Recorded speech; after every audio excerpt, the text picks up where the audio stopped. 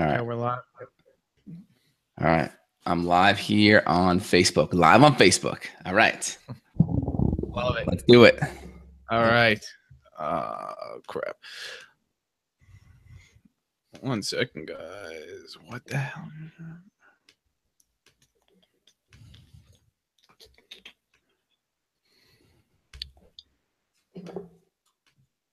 Little technical difficulties. Yep. 1 second. A little technical.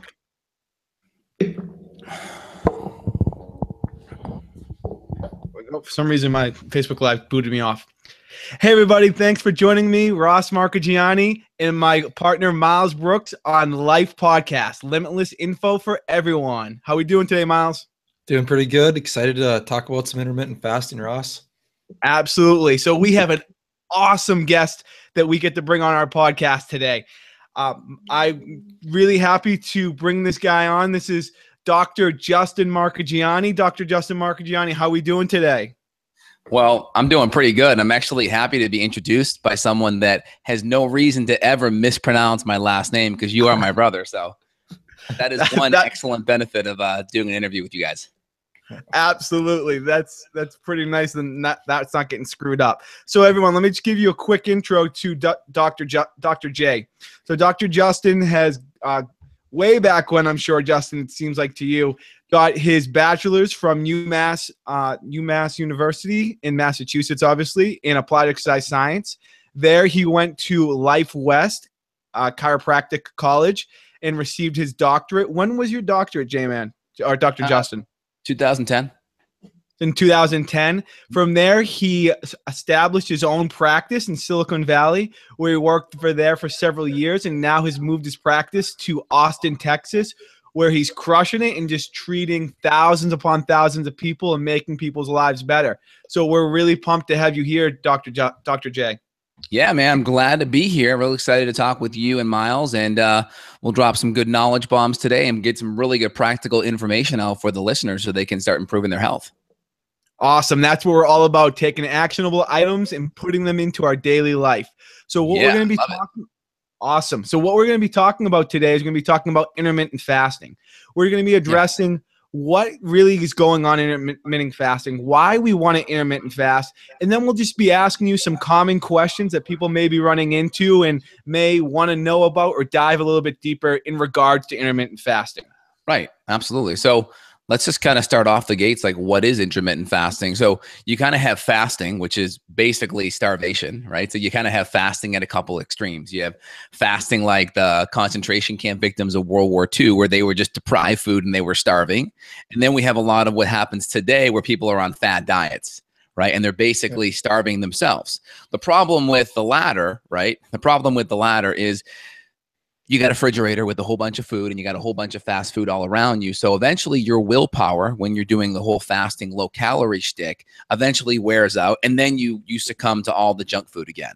And the problem is when you're fasting, you actually lower your metabolism just a bit. Your body's thyroid hormone turns down, and the body does that because it is sending epigenetic signals that, hey, we are in a state of starvation. Food is not plentiful. We have to downregulate our metabolism. We have to do more with less. It's like if someone in your family loses their job, you go and you look at the financing and you decrease a lot of the budget. Maybe you were going out to eat more frequently, or you had a smartphone, and maybe you downregulate some of those expenses. With our body, we do the exact same thing. We downregulate our expenses in regards to energy.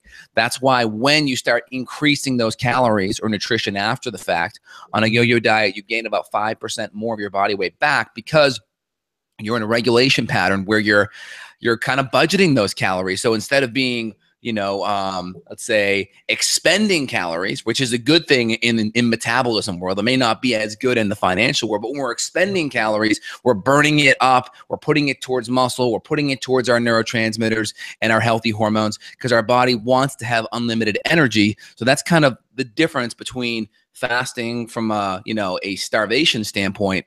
But then we can then shift gears and talk about the intermittent component, where we're fasting, but we're actually still getting the same amount of calories in.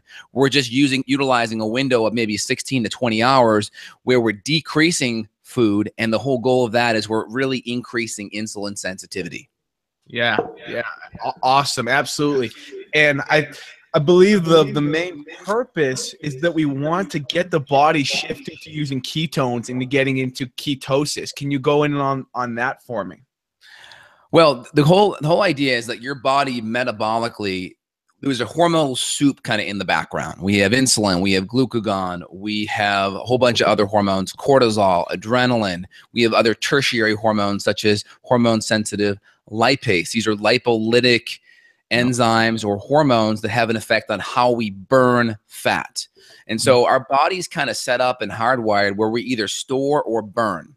And the hormonal milieu kind of has a major effect on that. So higher amounts of insulin will decrease our body's ability to burn free fatty acids. And we take these free fatty acids, they got like this glycerol backbone, we pull it off, and we start converting these free fatty acids into ketones, such as beta hydroxybutyrate, acetone, acetate, right? These are ketones, and these have incredible, satiating effects on the brain. So the part of the hypothalamus, the transverse nucleus of the hypothalamus, the part that controls satiety and kind of making your body feel full, that gets triggered by ketones. So when you do this kind of eating, right, where you really get the ketones up, you create a level of satiation where you start having control over your cravings.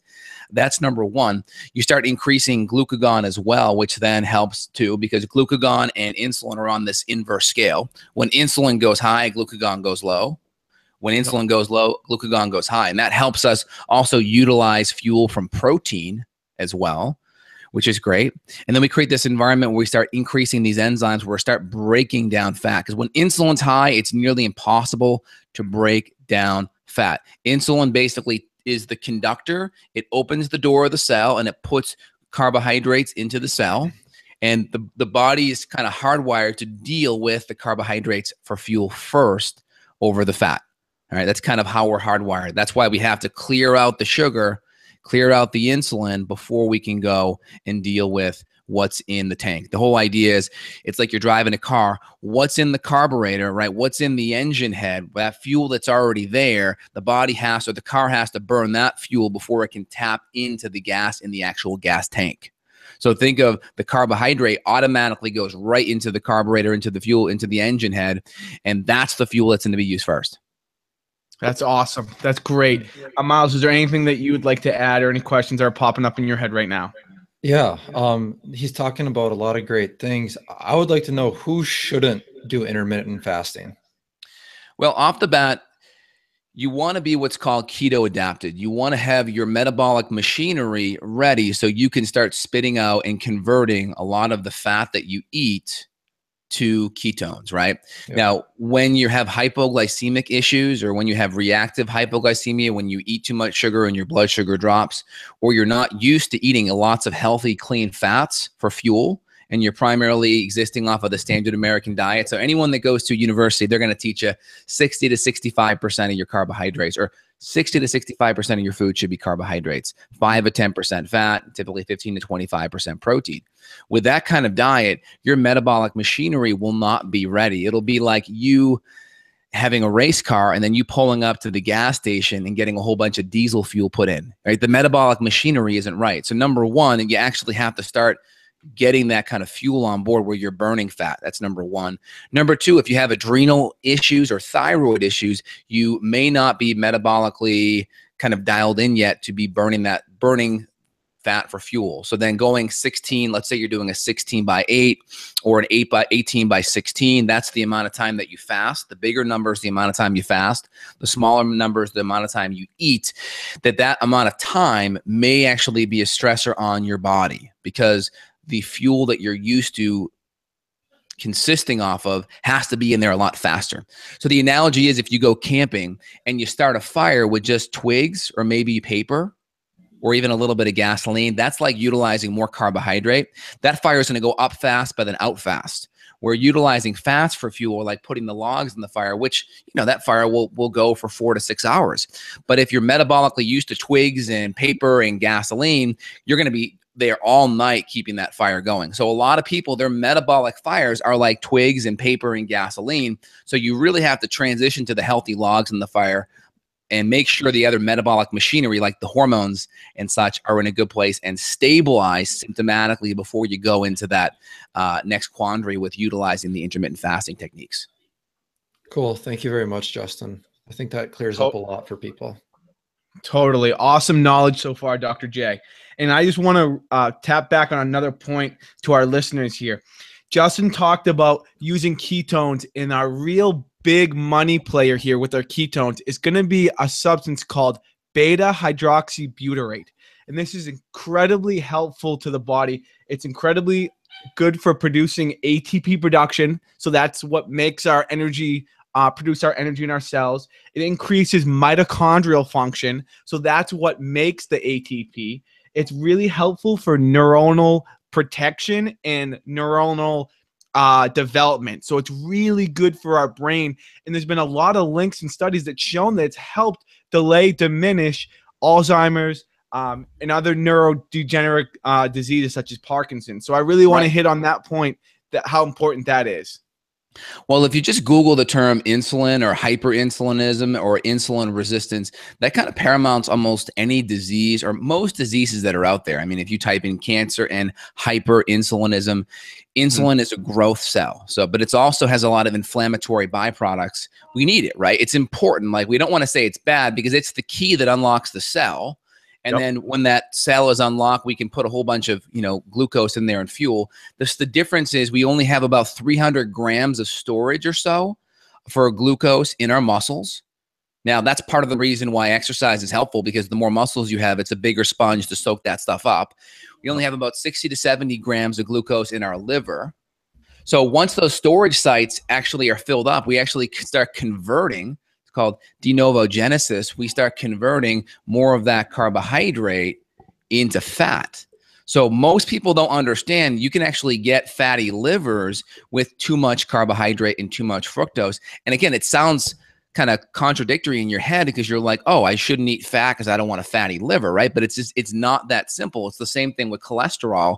People don't understand that the hemomethylglutarate-CoA reductase enzyme, that's the enzyme, the HMG-CoA reductase enzyme, that's the enzyme that we try to block when you take a statin. That enzyme is primarily going to be stimulated not by cholesterol or fat. It's actually going to be stimulated by insulin. So you'll get your cholesterol levels jacked up really high via inflammation and via insulin. And insulin also can drive other cells to grow at abnormal rates. And with high levels of insulin, there tends to be high levels of sugar in the bloodstream or glucose in the bloodstream. Why? Just like as a kid, when you knock on that neighbor's house and then you run and hide, and the neighbor comes out and looks and says, oh, there's no one there. They know it's the kids across the street doing the whole ding dong ditch thing. So guess what happens 5 minutes later when you ring the doorbell again? No one opens the door. So that's the equivalent of that glucose staying in the bloodstream. They're not able to go inside that house, right? They have to stay out in the open. So that blood sugar goes up. And then you increase what's called free radical stress, or these things called advanced glycation end products. All that is, go to any restaurant and they bring out the creme brulee and they pull the blowtorch out and they just kind of glaze the top over, and you see that browning effect.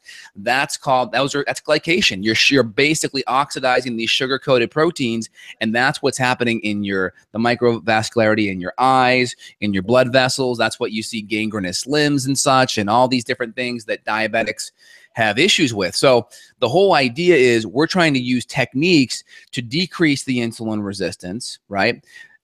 Because we only have so much carbohydrate, that carbohydrate is going to be utilized by the muscles and liver. And ideally, we're going to start getting the enzymes that are lipolytic, not lipogenic, right? Lipogenic, go back to the first chapter of the Bible, Genesis, the beginning, formation. Lipogenic is basically forming fat. Lipolytic, right? Lipo being fat, lytic meaning to cut or to break down. We want to get the lipolytic enzymes, the hormone-sensitive lipase. We want to get, ideally, the adrenaline. And that's part of the reason why exercise helps burning fat, because exercise, your adrenaline levels go up 600 to 800%, which increases hormone-sensitive lipase. So you're burning a lot more fat with exercise, but you also jack up the muscle mass. More muscle mass, increase insulin sensitivity, so you need less of it to work. And also you get a bigger sponge, right? Because your muscle's a sponge, so you can sop up that glucose better. The more muscle you have, you can deal with carbohydrates better. Awesome. That was great.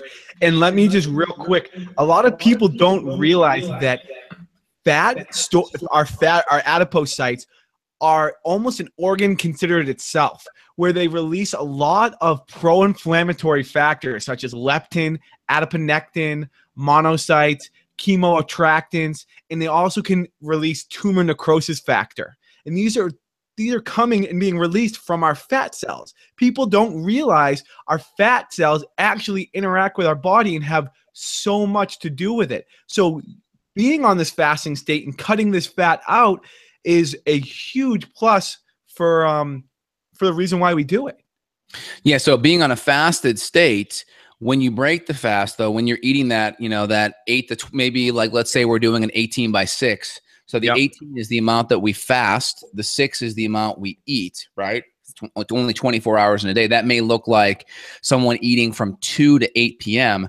The key is, though, we want to make sure adequate calories are present because, number one, that tells our body that, hey, don't worry, there's not a famine, there's not a starvation signal here. We're not going to start converting our thyroid hormone to reverse T3, and we're not going to go into a stressed out state and start catabolizing our protein, i.e. our muscles, into sugar, right? Gluconeogenesis.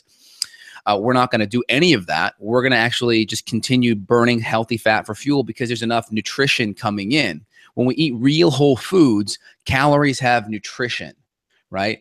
In this day and age, though, we can eat a whole ton of calories that actually have very little nutrition. So we want to make sure it's whole foods. Good fats are going to be coconut oil, butter, or ghee, as long as you can tolerate the dairy component there.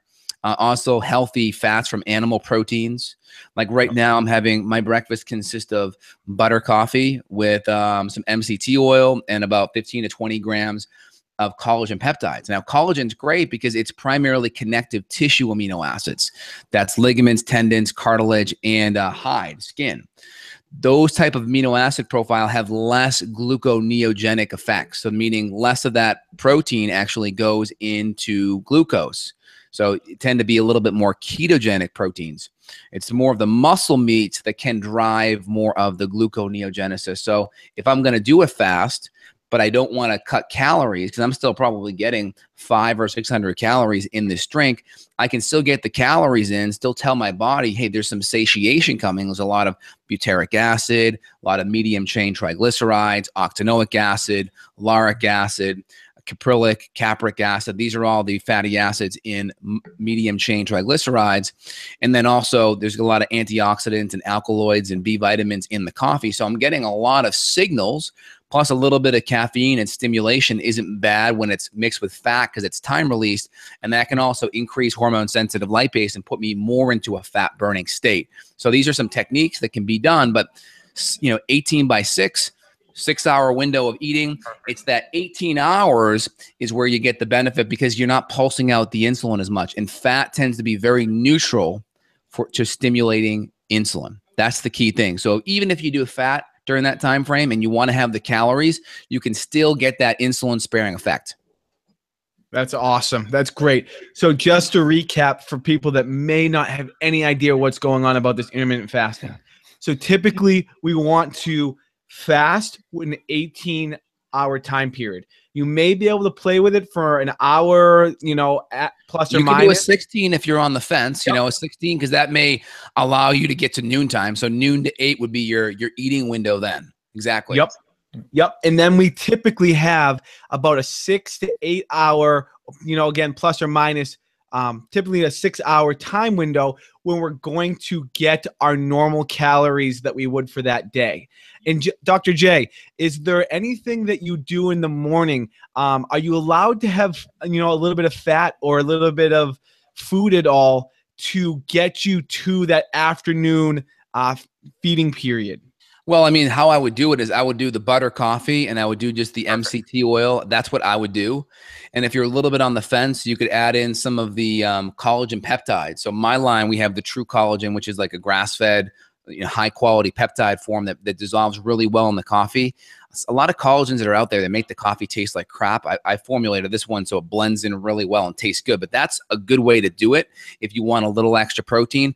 Remember though, that we're stacking dinner ending, let's say at 7 or 8 o'clock, we're stacking on 8 o'clock ending dinner, and then that whole entire night of not eating, right? Because breakfast is you're breaking the fast, and then ideally stacking on either a very high fat, small protein, zero carbohydrate breakfast, which ideally keeps the ketogenesis happening, or keeps the ketosis, keeps the lipolysis from keep it happening, prevent the lipogenesis from happening, and then stack on top of that. Again, some people, that 16 or 18 hours of fasting may be a stressor. So if you have any active thyroid symptoms, hair loss, cold hands, cold feet, you do terrible if you skip a meal, you have a lot of fatigue and brain fog, I don't recommend that for these people. And people starting out, I recommend choosing a low stress day to try it on, because when you're stressed and you're working a heavy job, your body's going to require a lot of nutrition, B vitamins, antioxidants, and you may not necessarily get those when you're doing an intermittent fast. So we have to rely on reserves. So if you don't have a lot of nutritional reserves, we don't want to be doing that if you're starting out and if you're under a lot of stress at work. Absolutely. Myles, is there anything that you would like to add?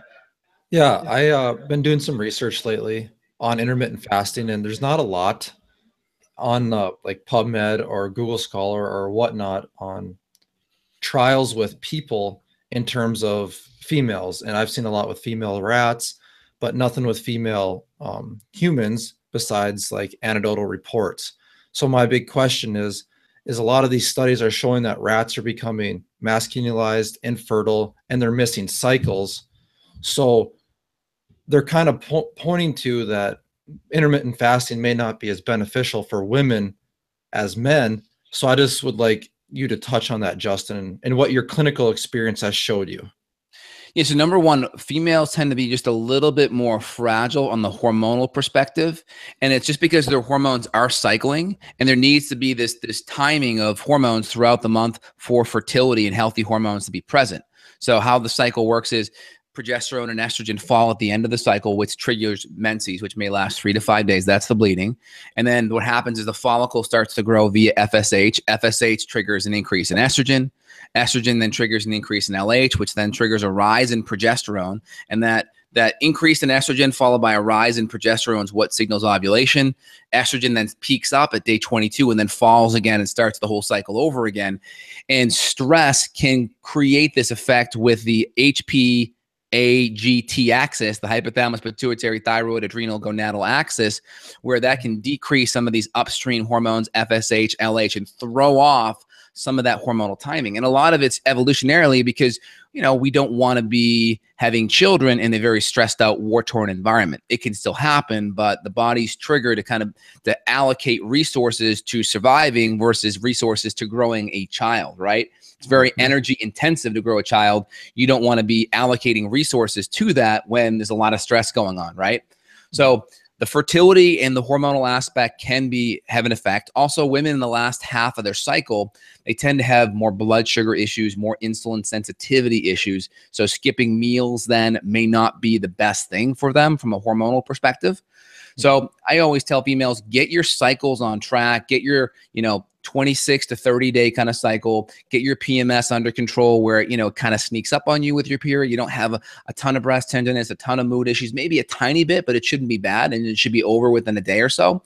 Get those symptoms under control. And then if you want to try a little bit of intermittent fasting, maybe go with a 16/8 first and choose a weekend day where it's less stressful. And then if you start noticing more PMS symptoms creeping up, then you may want to back it down a little bit or decrease the frequency. But again, the key component is, though, you have to make sure the calories are still consistent. If you need 1,800 calories, you're a 5'3", 130-pound, 140-pound female, you may need 1,600 calories a day. You still have to make sure those calories are getting in during that time window. I guarantee you a lot of those studies, there's probably a decrease in calories showing, and a decrease in calories will always create problems in the long run, because if you have decreasing calories, you also have a decrease in nutrition. And if your body's got to pay the bill, it's got to pay the hormone bill, the cardiovascular bill, or it's got to pay the liver bill. It pays with nutrition. It takes nutrition to run these pathways, to create the enzymes and do all those things. So your body's got to say, which bill are we going to short this month, right? And shorting a bill means decreased function, decreased optimization in those pathways, whether it's thyroid or energy or decreased liver function. All right, thank you. That's awesome. That's awesome, Dr. J. And I also ran across some research that intermittent fasting and some calorie restriction has found it help improve PCOS, polycystic ovarian syndrome, with decreasing some of the excess androgen function, decreasing our insulin growth factor, decreasing glucose insulin sensitivity. So I've found some research. I don't know if you have any familiarity with that, with actually improving some of the symptoms and issues with PCOS. Well, yeah, I mean, it makes sense, right? Because think about it. Like, if you start going low calorie, what are you also cutting? Like, let's say you're on a 2,000 calorie diet. Let's say it's a standard American diet, 65% carbohydrates, 5% fats, 20% proteins. You're eating 2,000 calories a day. And then now you just shift it in half. Well, let's say you were doing, right, do the math, 60%, 2,000. So that means you're doing about 1,200 calories, right? 1,200 calories are carbohydrate. Now you're doing 600 calories. So if we do 600 calories divided by 4, that means your carbohydrates went from 300 grams to 150 grams. So you cut your carbohydrate in half. So of course you're going to have less carbohydrate on board. And then most people, when they start cutting calories, what sources do they start choosing to cut? Sodas, alcohol, desserts. So then what's happening is the carbohydrates they're now getting, if they're keeping that same standard American diet ratio, right, they're going to probably be more whole foods. Even if it's like mango and fruit, it's still better because there's fiber and nutrition than like soda and junk that it's just, free bound, or just to say free HFCS, high fructose corn syrup, without any fiber to blunt any of those effects. And plus there's no nutrition coming in. Yep. Does that make sense? So of course you're going to get some benefits, but long-term, you're going to have a lot of negative effects, because once the insulin sensitivity is there, your thyroid hormone is going to start going down and your metabolism will start going up. And if you haven't created healthy habits, because that's an unsustainable vehicle to get where you're going, right? Everyone in Auschwitz lost weight, all right? Everyone in these concentration camps lost weight. But the problem is, I mean, you look at them when they come back home, right? Or someone when they break a yo-yo diet fast, they gain 5% back, right? So there's metabolic effects, there's metabolic consequences that you can't avoid. Yep. That's awesome. And then some confusion, or maybe some of our viewers might be wondering, so there are kind of different type of intermittent fasting. We have our alternate day fasting, which has shown to help with chronic diseases. We have our more traditional fast, which could be anywhere from 24 to 72 hours, which sounds ridiculous to me. And then we also have cortisol like restriction diets. How do these compare when we're looking at our intermittent fasting diet? Well, the difference is, like, if you go listen to my podcast with Jimmy Moore, he has this complete guide to fasting with Dr. Jason Fung, who's a nephrologist, kidney doc. They talk about a lot of fasting, which is doing around 200 to 300 calories a day. Okay. And they do also a lot of bone broths and a lot of minerals, because they understand that you need some minerals and you probably need some nutrition coming in there from at least the electrolyte standpoint. That's important. So they do 200 to 300 calorie a day fasting. Now, the benefit you get from that is you have an extreme caloric deficit. You can really help with a lot of insulin resistance issues fast. The problem is, what do you transition to after that? Because that's unsustainable. And I consider that a total fad. I much rather get someone doing an intermittent fast and getting an adequate amount of calories during that 6 to 8 hour window of food. I rather do that because, well, number one, it's easier to go 6 hours when you wake up without eating versus a day or 2 or 3. Plus, you can't really function as much. You're not going to be able to go out in the backyard and garden or do the chores. Not as much as you could, because your body's going to start creating a lot of stress hormones to start utilizing fuel and more adrenaline and such, because it needs to get that access to that fuel. So there's going to be catabolic effects on the muscle tissue doing that. So I'm not a huge fan of it. I understand the benefits of it. I understand why some people are biased to it or like it. But for me, it's unsustainable. And I think it may not be bad if people have a lot of gut issues and a lot of food allergy issues. It may not be bad to give the gut a break for a few days, mainly from that perspective. So a lot of people that feel good, I think they're just giving their digestive system a break. If your gut's like really inflamed, like you're an ulcerative colitis person or a lot of gut inflammation, you may benefit from a couple days without any food and doing a liquid kind of support, but not necessarily from the effects that most people are thinking, like the fasting effects, more from the food allergy and just giving the digestive system a break kind of effects. That is awesome. I think that was some great information that he nailed right there. Specifically, really getting control of that insulin sensitivity quickly. That's awesome.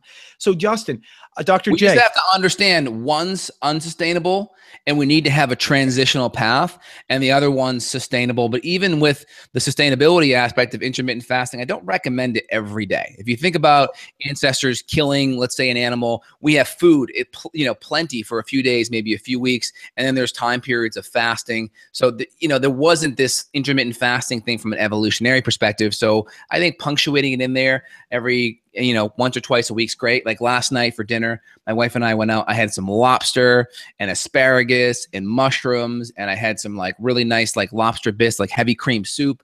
So it was like really high fat, probably 70 to 80% fat, carbohydrates primarily only from vegetables. And I'd want like 2 glasses of very dry champagne with activated charcoal. So this morning, I'm just doing butter coffee, MCT, and I'm not going to eat till probably 2 o'clock this afternoon. I also added a little bit of collagen in here too. So that's kind of how you can punctuate it and add it in. That's awesome. And I swear you just read my mind, because I was just going to go, how often do we want to be doing this? So just to recap there for our listeners, typically once, every 2 weeks, Dr. J? I would say if you're healthy, symptomatic wise, I would say once or twice a week is going to be great. Just choose a less stressful day. What I like to do is this. Figure out with your spouse or your partner what you want to do on the weekend. Find a restaurant you want to go to on a Saturday or Sunday. Do an early dinner like at 3, 4 o'clock. And then that night before, you fast and then build up that appetite for that really awesome dinner you're going to go to that Saturday or Sunday, late afternoon, early dinner time. That way, you have something to look forward to. You can really get a good amount of calories when you're there and not have to worry about it as much. You're building up that insulin sensitivity, right? So that's a good way to do it, because then you can use that lack of eating for that day and build it up so you can look forward to something later on that day, that night. Totally. That's awesome.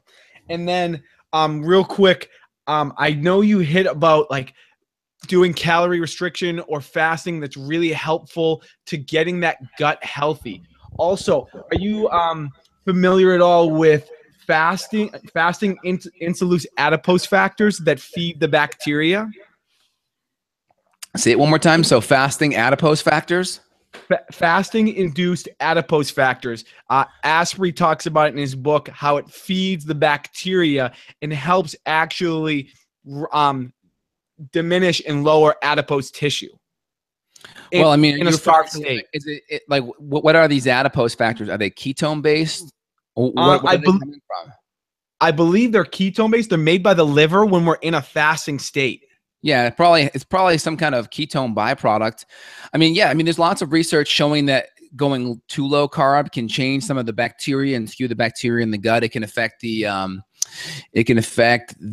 Firmicutes and Bacteroides ratio. It can affect some of these other bacteria, the Roseburia bacteria in the gut. So sometimes adding a little bit of starch in there can be helpful.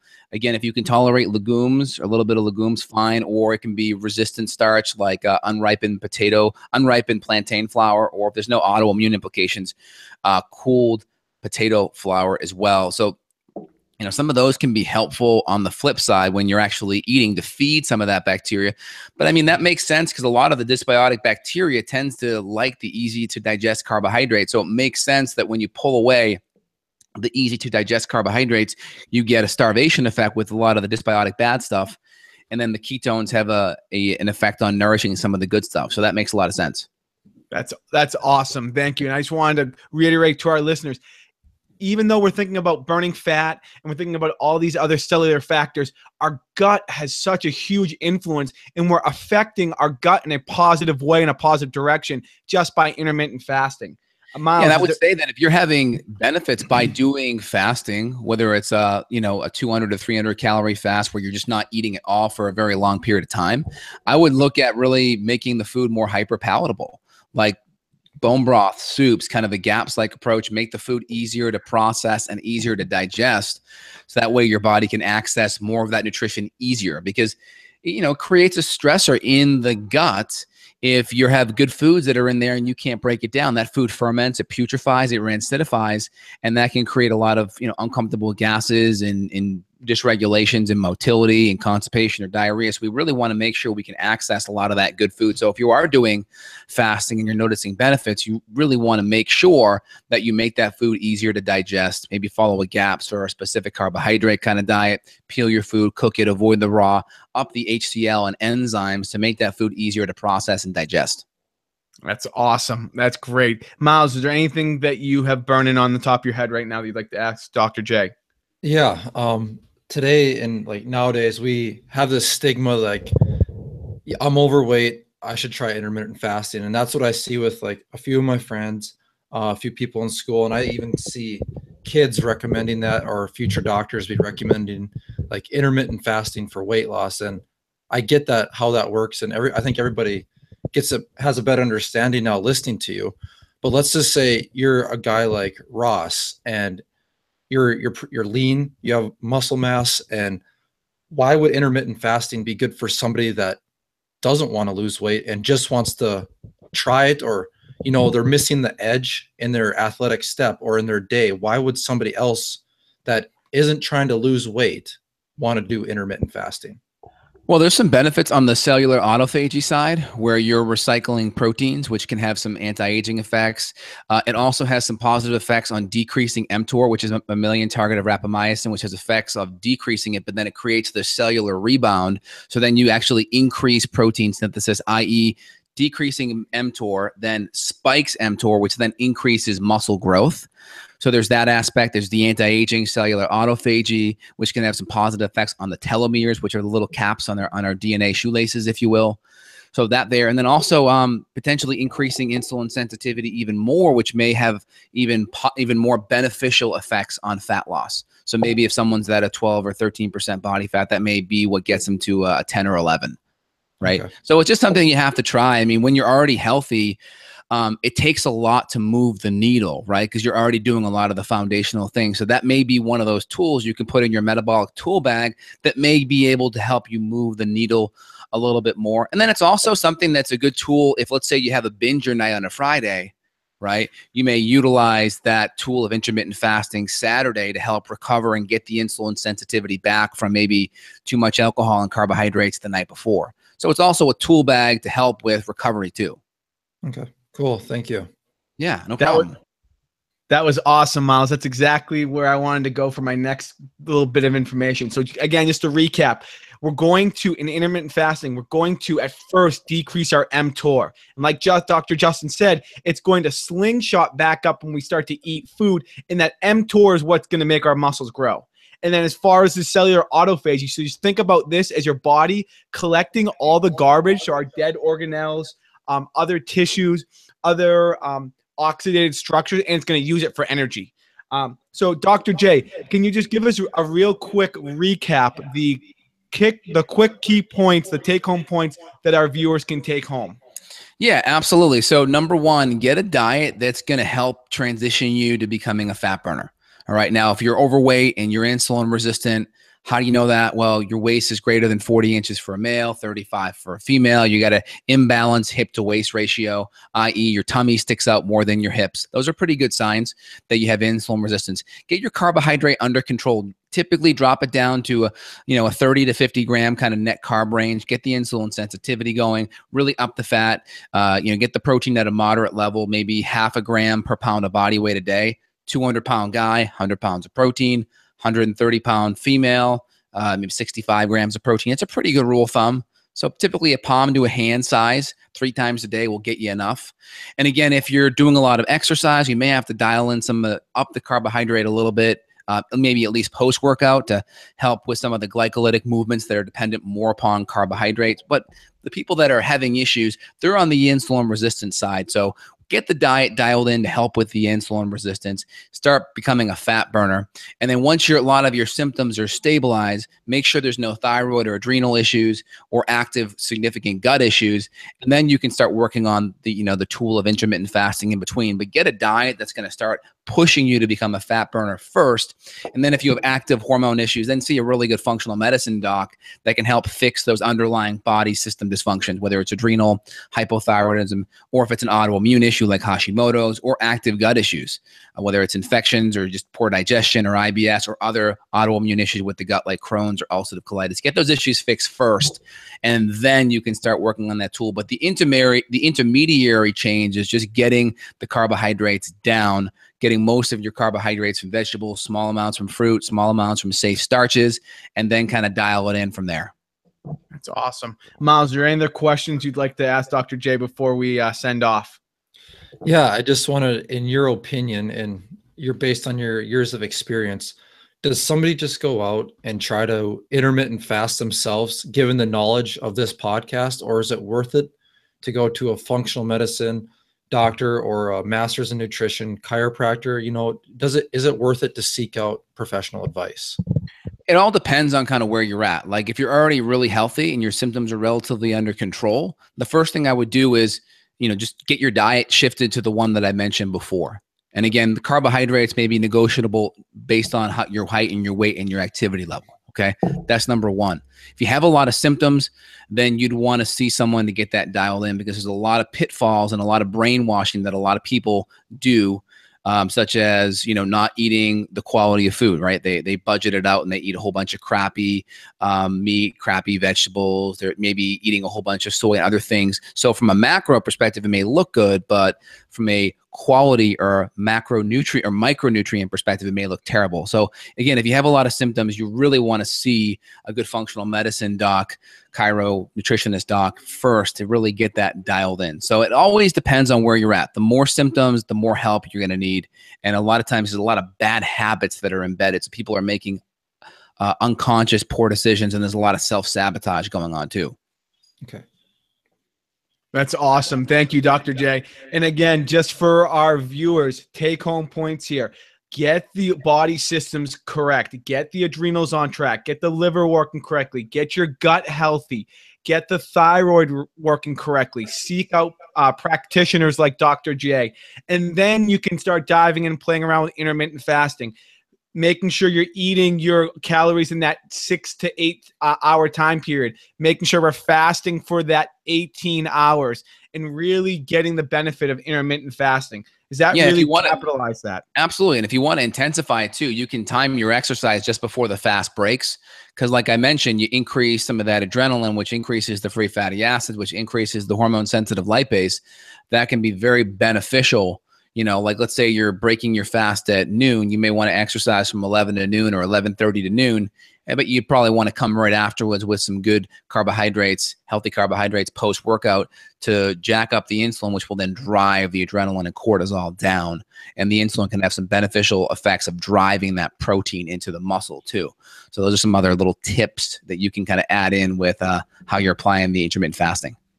That's awesome. And then for those lugheads, jacking up that mTOR to get our muscle going. That's it. Little slingshot, baby. That's right. So Dr. J, for our listeners, how can they reach out to you? How can they get access to you? Can you let us know? Yeah, check out my podcast over at justinhealth.com. There's a little podcast button, or you can go to beyondwellnessradio.com. That'll bring you right to the podcast page. Check out when you're there my YouTube channel. Again, I got about 30,000 subscribers, hitting the number 30,000 today, which is really exciting. It's taken me about 4 or 5 years to get there, but we're rocking and rolling. We're dropping knowledge bombs all day long, trying to get people empowered, health information right at your fingertips so you can apply it. So those would be some good resources there. And if they need to reach out to me at all, I see patients, worldwide via Skype and phone. And when you're at justinhealth.com, there's a button there where you can work with Dr. J or schedule a consult, and I'm available to help everyone out.